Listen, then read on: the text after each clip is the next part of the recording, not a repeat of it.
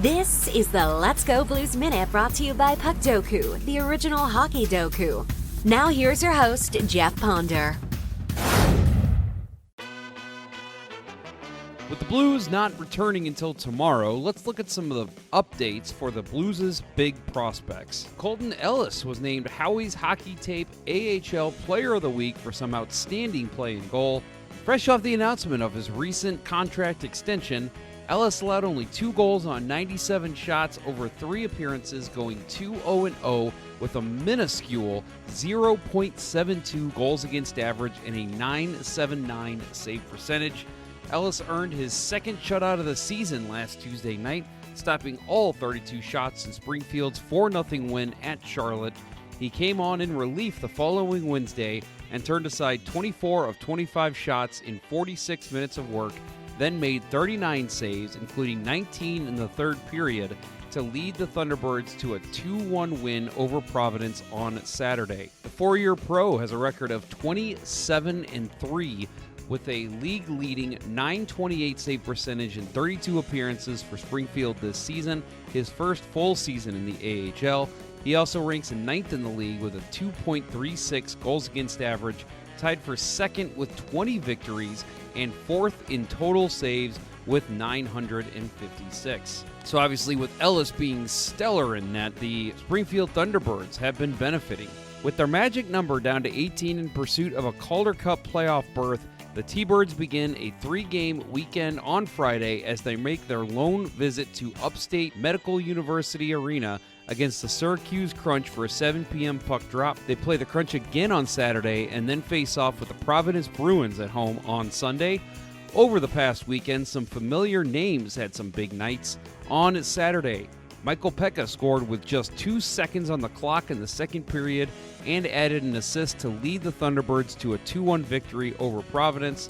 And on Sunday, Dalibor Dvorsky tallied 2 goals, and Nikita Alexandrov scored a goal and an assist in a 5-2 win over the Bridgeport Islanders. Let's head over to the state of hockey and take a look at Jimmy Snuggerud, who is ever so close to finishing out his junior year with the Minnesota Golden Gophers. Snuggerud just had a 5-game point streak snapped on Sunday in a 4-1 loss to Notre Dame.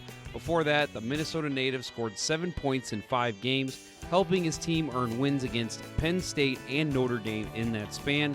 Unfortunately, the third-ranked Minnesota team was upset by Notre Dame, getting knocked out of the Big Ten men's ice hockey tournament, and will now await their seeding.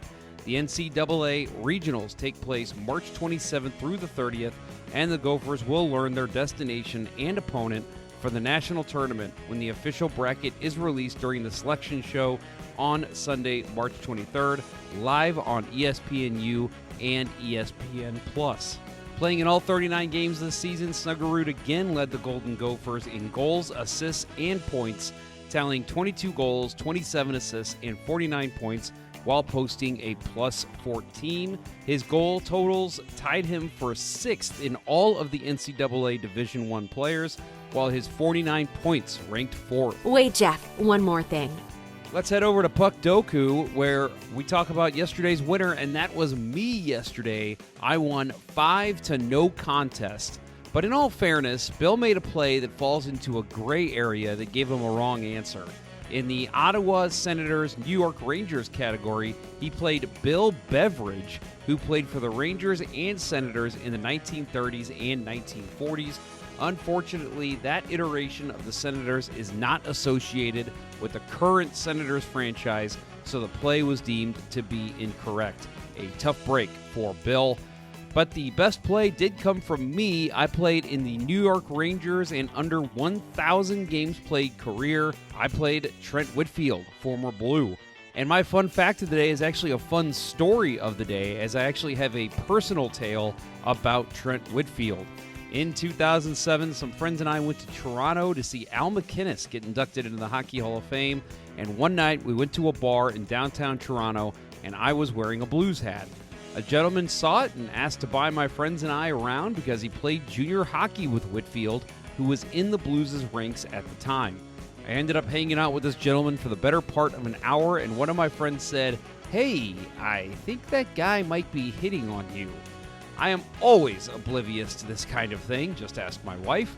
So I just laughed and said, "No, we're just getting along. He knows I'm not gay." The gentleman then politely said, "I actually was hitting on you, but I will stop now since I know you're not interested." So there's your young and dumb Jeff Ponder story of the day. What a gentleman, what a nice guy, but definitely not my type.